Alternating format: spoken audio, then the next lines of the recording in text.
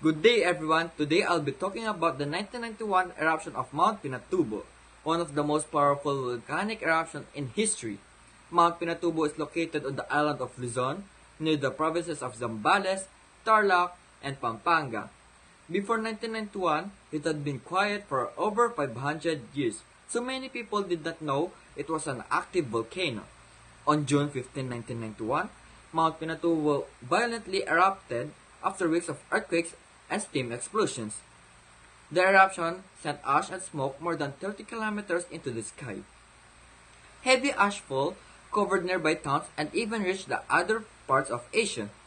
The eruption also happened during a typhoon, making the disaster worse as rain mixed with ash to form deadly mud flows called lahar. The aftermath was devastating. Thousands of homes were destroyed, farmlands were buried, and families lost their livelihood. Around 200,000 people were forced to evacuate. Despite the destruction, scientists considered it as a success in disaster preparedness because early warnings saved lives. Today, Mount Pinatubo serves as a reminder of nature's power and the importance of being ready for natural disasters. Talagang bato, tubig, buhangin, ang kapitbahay namin, may dalang truck. Sumakay kami dyan. Pasok namin dito, ika na makadaan. Takot na takot. Kasi sinasabi nila yung nag-open ng lupa tapos bumagsak ang mga tao. Na-experience ko yung mag-alis ng buhangin sa taas ng lubog. Yung umulan pa ng panon Yung nagkakarga ako ng gasolina, dalawa. May tumama sa kotse, sa salamin ng kotse. Akala ko may putik, may bato. Yun na. Yun pala ang sign ng pagputok ng Pinatubo. Sa palengke pa, sinundo ko siya, ganun na meron ng mga putik-putik. Akala ko kung yung pala Pinatubo, yun ang kuwan ng Pinatubo. Mataas ang kuwan ng Pinatubo, yung pagputok niya. Tapos pag-uwi namin, yung bubong namin, bakit ako sa itaas, inaayos ko yung putik, bato, lahat. Tumatama pa sa libot ko yung mga bato natatakot ka rin. Nagdadasal ka. Tama yung putik at saka bato sa kotse. Naglalakad na tao, hindi alam kung saan pumunta yung mga tao. May mga sumisigaw. May nagsasabi na nasa bahay ka, nagwa-warning. Ayan ang Pinatubo, ayan ang Pinatubo. Pero tatakot ka.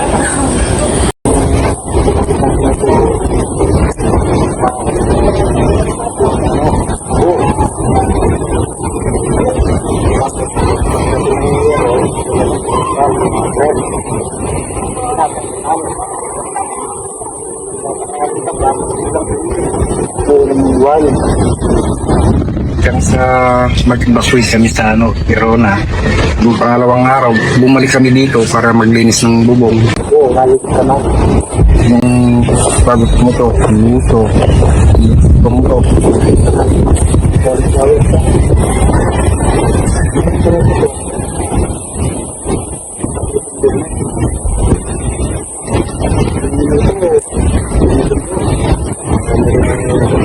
pirang bahay ko. Tumira lang kami pang eskwela. Nagilan yun, walang simento, walang puro abo. May hangko, bro. Pangalit dapat, tumatakbo na ako. Makapagawin yung lalaman. Nagigita, ang dilig. Oo.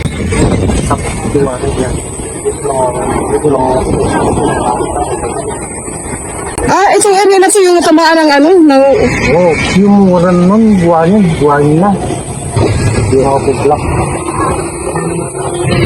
Buhangin na. Yun, hangin na rin. Kasi, yun na.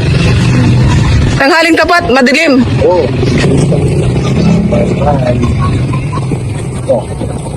Ayun lang. Pinatubo, tumayo. Hindi ko normal, pinatubo ako. Tapi lagi sama kakain. Gumagaw ka nung ay sila. Tapos sinjan pera. Terus lang laparan, gano'n. May nalagay na baboy. Iulit ka din para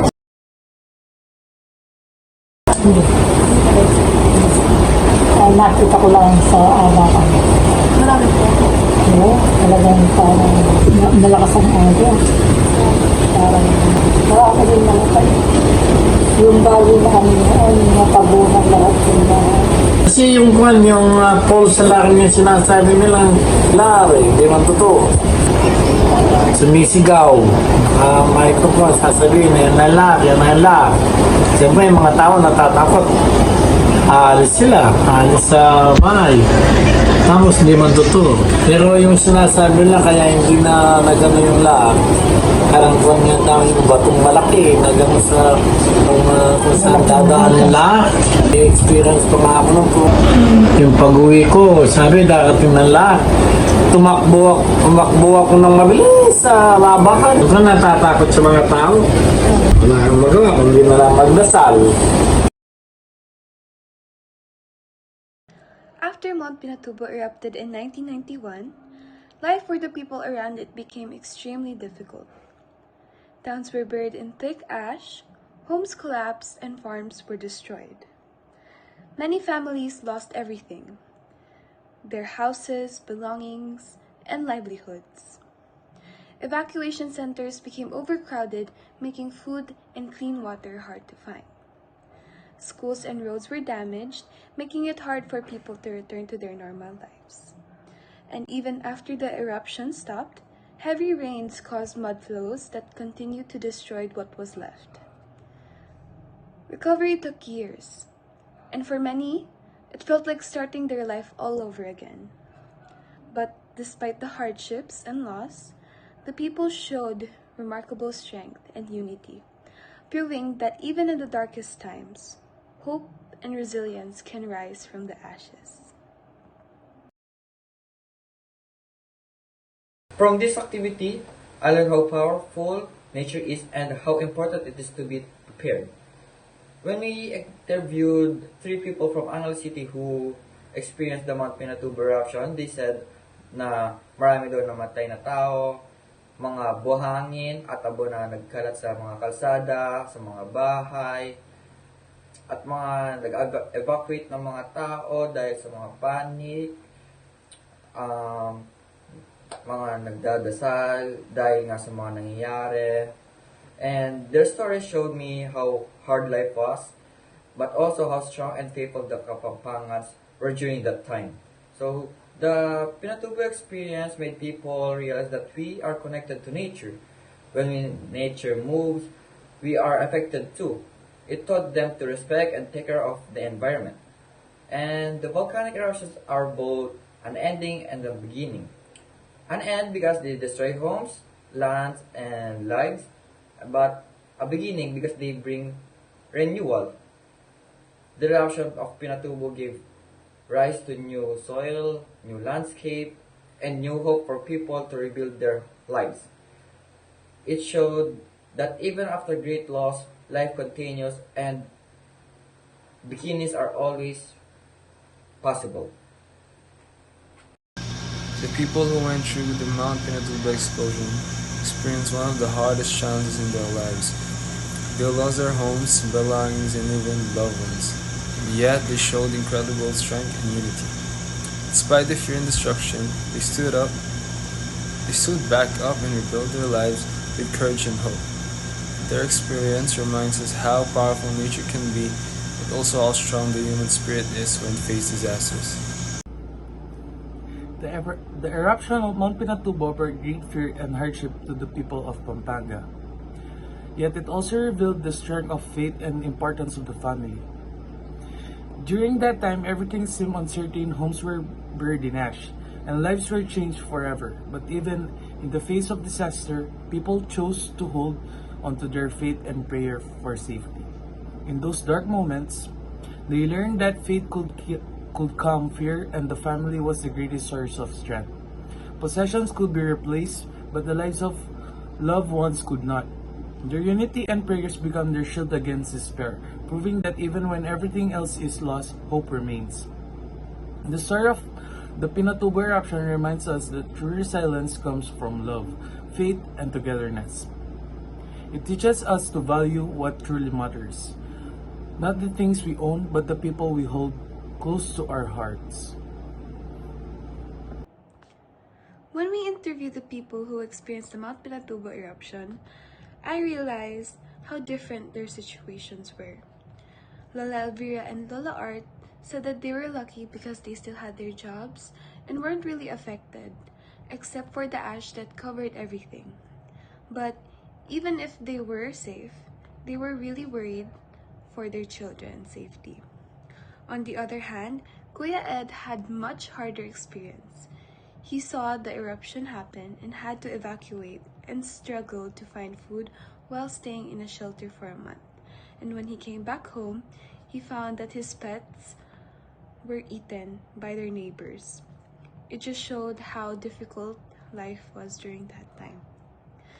Hearing their stories made me see how disasters affect people in different ways. Some were scared, others suffered more. But all of them showed courage and strength, and it reminded me to be thankful for what we have and to appreciate resilience of people who went through this tragedy. This lesson made me realize how people and nature are really connected. The story of Mount Pinatubo showed how strong the Kapampangans are. Even after losing their homes and land, they still stood up and started again.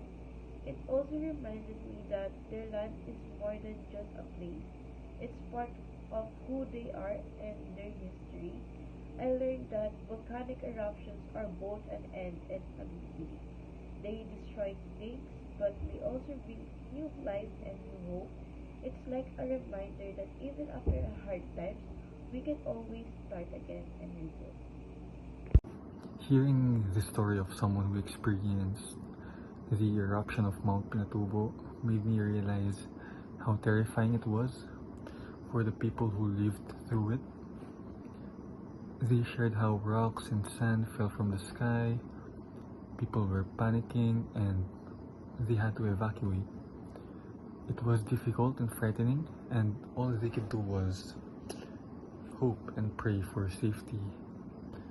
Their story showed me how powerful faith can be in times of danger, and how strong people can be even when they feel helpless. It reminded me to be grateful for safety and to always be prepared, calm, and hopeful during disasters.